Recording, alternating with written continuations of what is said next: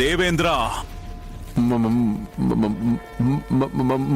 మహాదేవ, దైవత్వం వల్ల అహంకారంతో ప్రవర్తించకూడదు.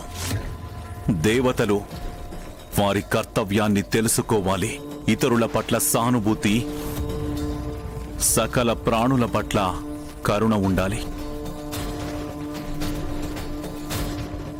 నీవు ఐరావతాన్ని నన్ను తొక్కివేయమని ఆదేశాలిచ్చావు. తనకి నీవు యజమానివి, అందుకే నీ ఆజ్ఞలు పాటించక తప్పని పరిస్థితి వచ్చింది. కాని తన భక్తి నన్ను గుర్తుపట్టింది. ఆ భక్తిభావం వల్లనే తన నేత్రాలు అశ్రువులతో నిండిపోయాయి. మరి నీ కళ్ళకి అహంకారము అనే పొరలు నిన్ను కమ్మాయి. భవిష్యత్తులో నిస్సహాయులు గాని అన్నార్తులు గాని నీ దగ్గరికి వచ్చినప్పుడు వారిని కూడా ఏనుగులతో తొక్కిస్తావా?